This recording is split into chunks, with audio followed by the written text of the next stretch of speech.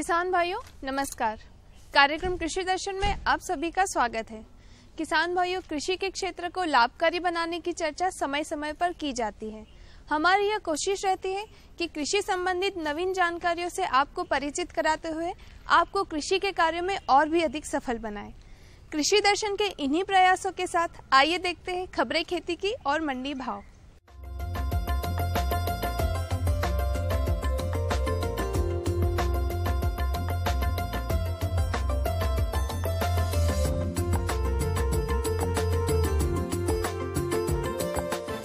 नमस्कार किसान भाइयों, खबरें खेती में आपका स्वागत है। आइए नजर डालते हैं आज की कृषि की मुख्य खबरों पर।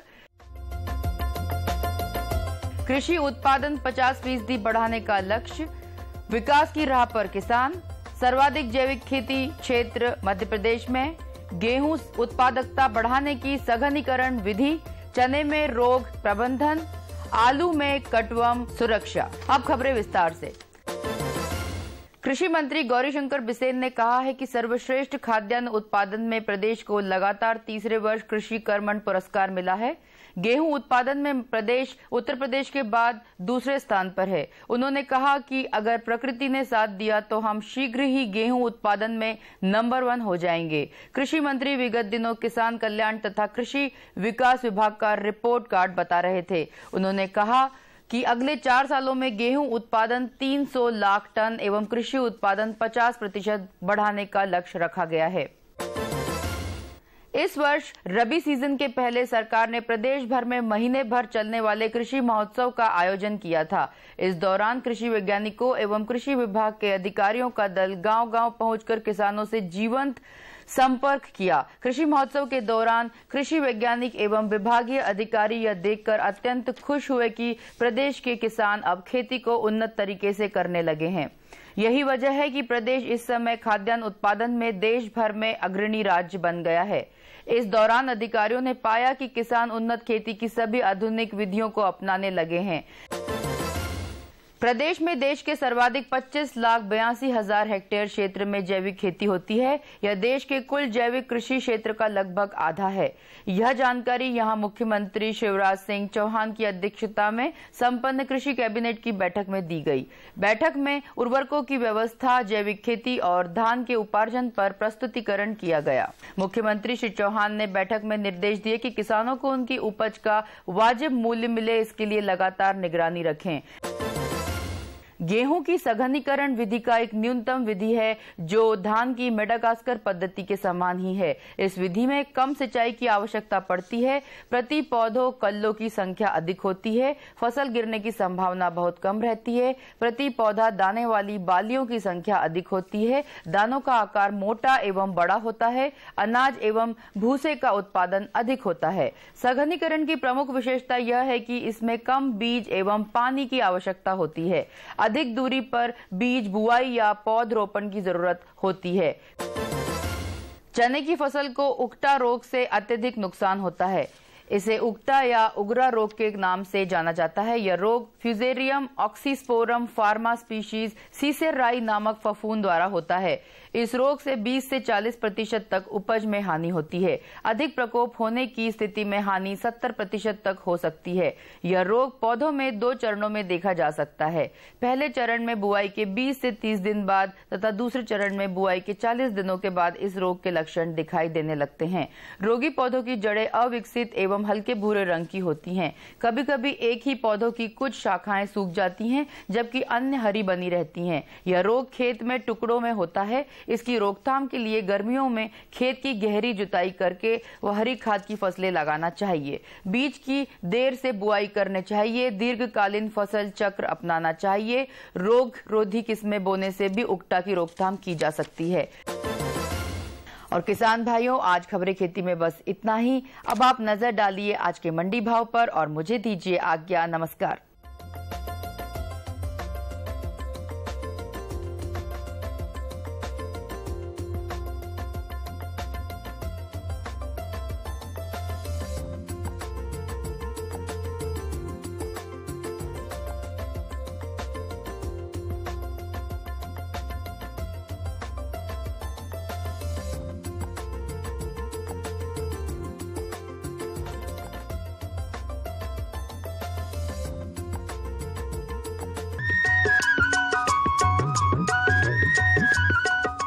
ये लो।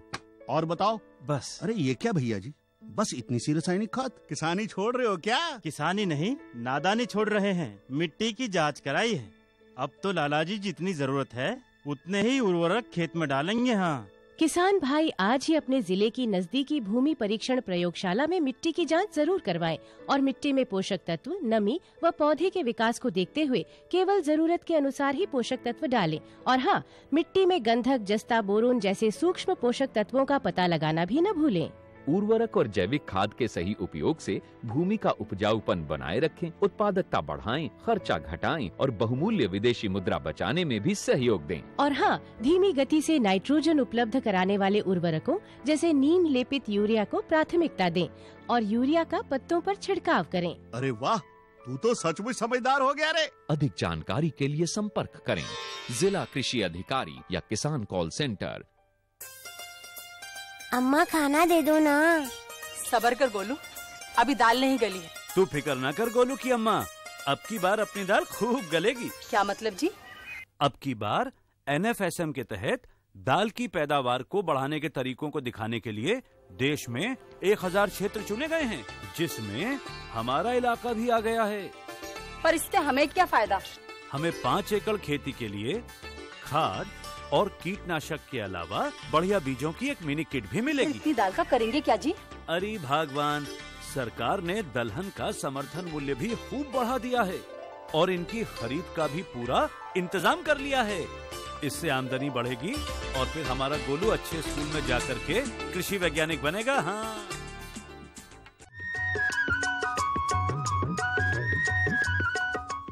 किसान भाइयों, कपास विश्व की मुख्य रेशे वाली फसल है। कपास कपड़ा तैयार करने का नैसर्गिक रेशा है। मध्य प्रदेश में कपास का मुख्य स्थान निमाड़ और मालवा है। आइए कपास की खेती में हम और अधिक जानकारी लेते हैं हमारे विशेषज्ञ सतीश परसाई जी से।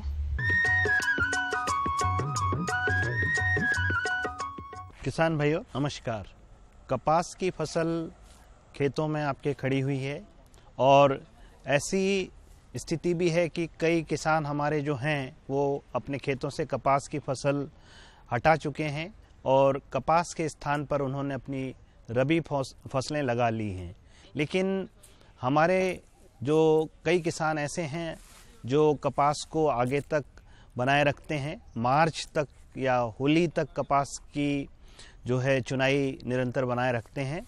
तो ऐसे किसान भी हैं और जहाँ तक ऐसे किसान हैं जिन्होंने कपास की फसल अपनी बनाए रखी है खेतों में, जहाँ तक कपास का प्रश्न है, चूँकि पूरे प्रदेश में हमारे किसान जो हैं मुख्य रूप से बीटी कपास का उत्पादन लेते हैं और बीटी जो किस्में हैं ये गुणवत्ता इनकी बहुत अच्छी है।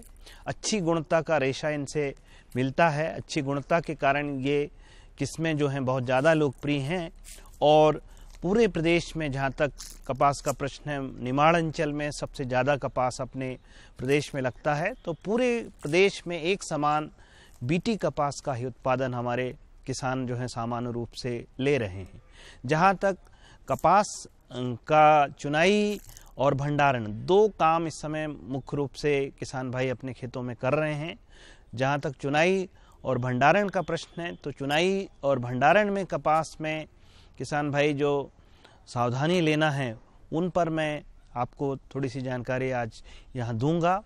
जहाँ तक कपास की चुनाई का प्रश्न है, सबसे पहले तो कपास की चुनाई में हमें ये ध्यान में रखने की आवश्यकता है इस समय, चूँकि ओस गिर रही है। प्रातः के काल में यदि हम चुनाई आरंभ करने जाते हैं तो निश्चित रूप से ओस जो है उस समय गिरी हुई होती है। तो हमें सबसे पहली सावधानी ये लेने की आवश्यकता है कि जो ओस है वो पूरी तरह से सूख जाए, उसके बाद हम अपना चुनाई का काम आरंभ करें। फिर चुनाई में किसान भाई ऐसा भी कई बार देखने में आता है कि किसान भी अविकसित, अधखिले या कीटों से प्रकोपित जो घेंटे हैं उनकी चुनाई भी कर लेते हैं। तो इसमें भी उन्हें सावधानी लेने की आवश्यकता है। अच्छी तरह से परिपक्व खिले हुए जो घेंटे हैं कपास के, वो ही किसान भाइयों को चुनाई के लिए एकत्रित करना है। और चुनाई करने के पश्चात जहाँ तक इन का प्रश्न है, चुनाई में एक और सावधानी लेने की आवश्यकता है कि कई बार किसान भाई चुनाई में थोड़ा सा जल्दी करते हैं, और जल्दी करने की वजह से चूँकि कपास की पत्तियां सूखी हुई रहती हैं इस समय, तो कपास की पत्तियां भी जो हैं चुनने में आ जाती हैं। या कई अवसरों पर ऐसा देखने में आया है कि डंठल जो हैं पौधे के, या जो पुष्प है जहाँ से घेटा जो चुन रहे हैं वहाँ से जो डंठल है वो कपास का चुनने में आ जाता है। तो ये जो तमाम तरह की असावधानी किसान भाई लेते हैं, जिनके कारण जो है कपास की चुनाई सही ढंग से नहीं हो पाती है, और इस प्रकार से अपमिश्रित कपास जो है उसकी चुनाई किसान भाई कर लेते हैं। और यदि ऐसा कपास जो है किसान चुनाई करेगा तो निश्चित रूप से उसकी बाजार में जो है अच्छा कीमत नहीं मिलेगी, अच्छी गुणवत्ता नहीं रहेगी इस स्थिति में। तो ये सावधानी लेने की आवश्यकता है कि डंठल ना आए, उसमें पत्तियों के अंश ना आ पाएँ, ये भी सावधानी चुनाई में लेने की आवश्यकता है। इसके पश्चात जो कपास चुन रहे हैं उसको अच्छे तरह से साफ जो कपड़ा एक लें उस पर इसे इकट्ठा करें, या किसान भाइयों के पास सामान्य रूप से तिरपाल सभी किसान के पास उपलब्ध रहता है, तो तिरपाल का भी उपयोग कर सकते हैं। अच्छी तरह से साफ जगह में अपना तिरपाल जो है या सफेद जो कपड़ा है उसे बिछाएं, और इसके पश्चात जो है कपास की चुनाई के उपरांत जो है उसको वहाँ इकट्ठा करें। इसके बाद में जो दूसरी सावधानी हमें लेने की आवश्यकता है कि कपास की चुनाई के बाद इसको अच्छी तरह से सुखाने की आवश्यकता है। अच्छी तरह से सुखाने के पश्चात जो है कपास उसको हम भंडारण करने के लिए ले जाएं। भंडारण में भी जितनी सावधानी हमें चुनाई में लेना है उतनी ही सावधानी लेने की आवश्यकता होती है भंडारण में भी, क्योंकि यदि हम भंडारण कपास का सही ढंग से नहीं करते हैं तो निश्चित रूप से ये खराब होने की संभावना रहेगी। ये खराब यदि हो जाता है तो फिर इसका बाजार में जब भी हम इसको विक्रय करने जाएंगे तो इसका अपेक्षित मूल्य नहीं मिल पाएगा। तो इसलिए हमें ये सावधानी लेने की आवश्यकता है कि कपास का जो भंडारण करने जा रहे हैं वो स्थान जो है स्वच्छ हो, हवादार हो, और यथासंभव किसान भाई पक्के स्थान पर जो भी पक्का भंडार गृह है उनके पास यदि उपलब्ध होता है तो वहाँ भंडारण की व्यवस्था करें, और इसके बाद भंडारण करने जाएं। और यथासंभव जो है इसे चूहों से सुरक्षित होना चाहिए जो भंडार गृह है उसको। तो ये सावधानी यदि किसान भाई लेते हैं तो निश्चित रूप से उनका कपास का अपेक्षित मूल्य मिलेगा और उन्हें पूरा इससे जो है उसका फायदा मिलेगा। धन्यवाद।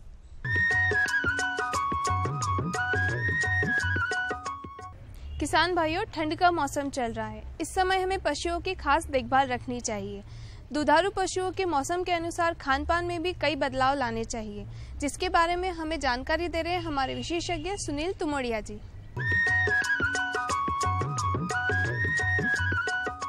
किसान भाइयों नमस्कार। आज हम बात करेंगे ठंड के मौसम में पशुओं की देखभाल विषय पर, और इस विषय पर जानकारी देने के लिए हमारे साथ हैं डॉक्टर सुनील तुमोड़िया। डॉक्टर साहब, आपका हमारे कार्यक्रम में स्वागत है। धन्यवाद। डॉक्टर साहब, सबसे पहले तो ये बताइए कि ये ठंड के मौसम में हम पशुओं को किस तरह से ठंड से बचा सकते हैं? देखिए किसान भाइयों, जैसा कि ठंड का प्रभाव मौसम चालू हो गया है और ठंड का प्रभाव जिस तरह से हमारे शरीर पर पड़ता है ठीक उसी प्रकार पशुओं के शरीर पर भी ठंड का प्रभाव पड़ता है। ठंड के मौसम में पशुओं के शरीर का तापमान गिर सकता है। अगर सामान्य से ज़्यादा तापमान गिर जाता है तो फिर वो पशुओं के लिए जानलेवा साबित होता है। खासकर जब छोटे जो बच्चे होते हैं पशुओं के, उनका तापमान ज़्यादा गिरने से उनको जान बचाना बहुत मुश्किल हो जाता है। तो किसान भाई ध्यान रखें कि जिस तरह हम भी अपने आप को ठंड से सुरक्षित करने के लिए स्वेटर वगैरह इस तरह से कपड़े पहनते हैं, तो पशु बाड़े को कवर करके रखें।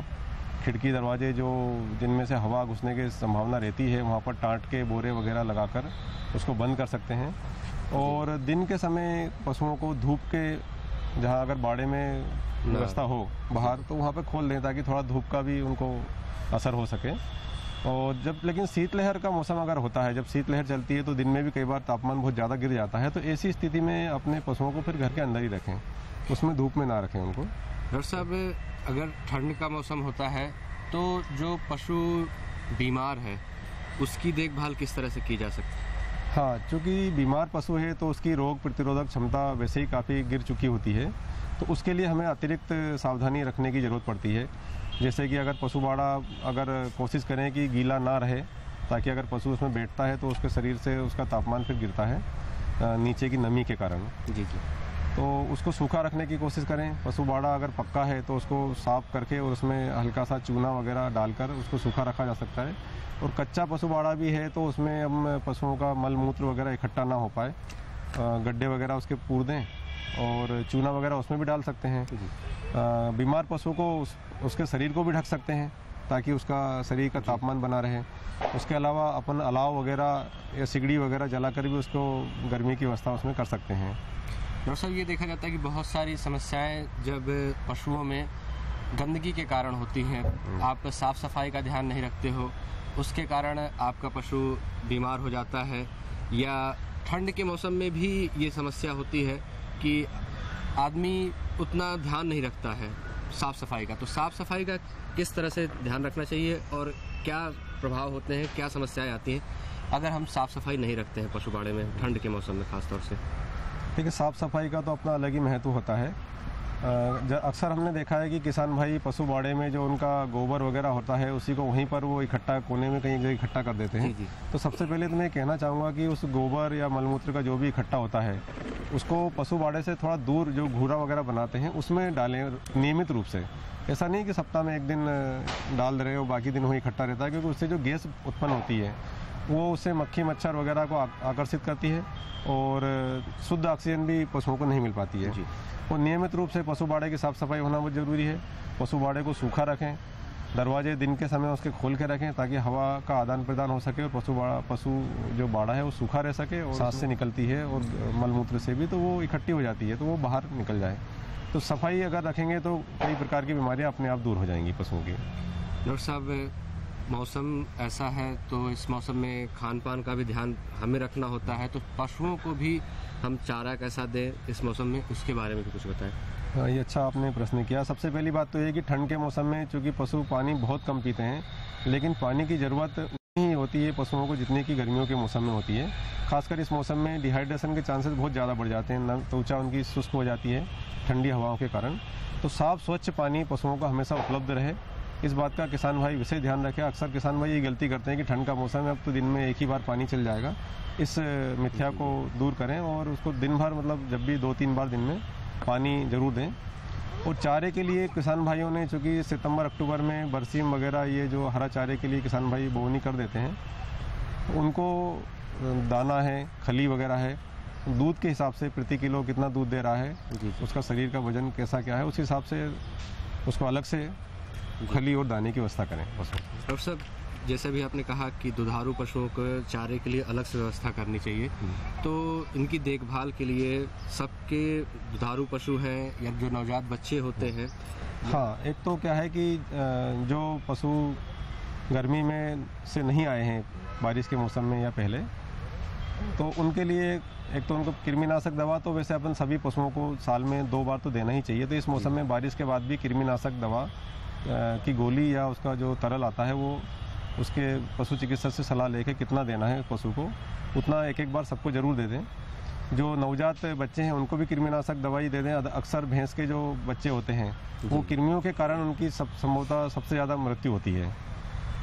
तीसरा बात यह है कि जो पशु गर्मी पे नहीं आए हैं उनके लिए अलग से उनका चेकअप करवा लें या उनके अंगों का मालिश वगैरह करवा के उनको मिनरल मिक्सचर होता है उसका खुराक उसको दें। पशुओं में गर्मी पे लाने की इन सब पूरी मतलब कृमिनाशक दवा है, मिनरल मिक्सचर है, ये सब देने के बाद भी अगर पशु गर्मी पे नहीं आता है तो आयुर्वेदिक दवाइयाँ आती हैं इनको गर्मी पे लाने के लिए, वो पशु चिकित्सक से सलाह लेकर दे सकते हैं। उसके बाद भी अगर पशु गर्मी पे नहीं आता है तो फिर उसका प्रॉपर चेकअप करवा कर और हार्मोनल ट्रीटमेंट वगैरह भी होता है तो वो करवा सकते हैं ताकि पशु समय पे गर्मी पे आ जाए और समय पे अगर कंसीव होता है तो फिर दुग्ध उत्पादन जो है लगातार बना रहता है। और डॉक्टर साहब, दुधारू पशुओं के लिए उनके चारे के लिए क्या व्यवस्था करनी चाहिए? दुधारू पशुओं के लिए एक तो सबसे हरा चारा बहुत महत्वपूर्ण होता है, तो बरसीम या रिचका वगैरह उन्होंने किसान भाइयों ने लगाया होगा। बरसीम का ये सीज़न है तो वो उपलब्ध रहता है अभी 3-4 महीने तो वो चलेगा। उसके अलावा दाना घर में बनवा लें या बाज़ार से ख़रीद सकते हैं। खली और भूसा भी बहुत ज़रूरी है, भूसा भी साथ में उपलब्ध कराएं। साफ़ स्वच्छ ऐसा रखा हुआ या गला हुआ 2 दिन का नमी खाया हुआ इस टाइप की चीज़ें ना दे किसान भाई उनको। और दूध उत्पादन के हिसाब से खली और दाना प्रति दूध मतलब 2.5 लीटर दूध पर 1 किलो अलग से मतलब सामान्य के अलावा किसान भाई अपने पशुओं को दें। हमें उम्मीद है कि किसान भाई इन जानकारियों का लाभ उठाएंगे और अगली बार एक नए विषय के साथ हम फिर आएंगे। तब तक के लिए नमस्कार। डॉक्टर साहब, आपका हमारे कार्यक्रम आने के लिए धन्यवाद। धन्यवाद।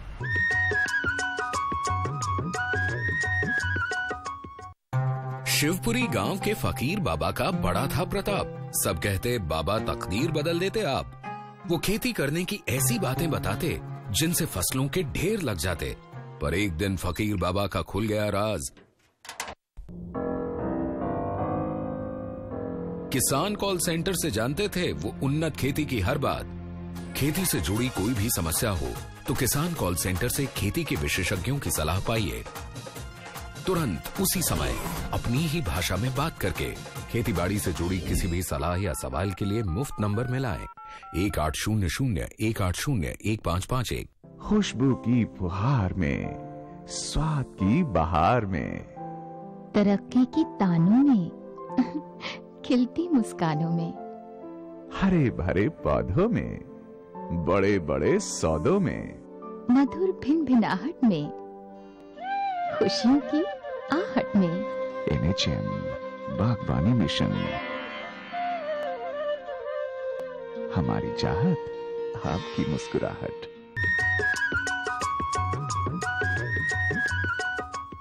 आज तो वसूली करके ही जाऊंगा। घनश्याम, अरे ओ घनश्याम। वो तो स्कूल गए हैं। स्कूल गया है। अरे बहाना तो ढंग का बनाती। हाँ लाला, मैं स्कूल ही गया था, फार्म स्कूल, जहाँ किसानों को सिखाई जाती है खेतों में पैदावार बढ़ाने की हर बात, जैसे मिट्टी के हिसाब से सही खाद, बढ़िया बीज और जरूरत के मुताबिक कीटनाशक, ताकि कम लागत में अधिक मुनाफा। ये पकड़ लाला, तेरा हिसाब साफ।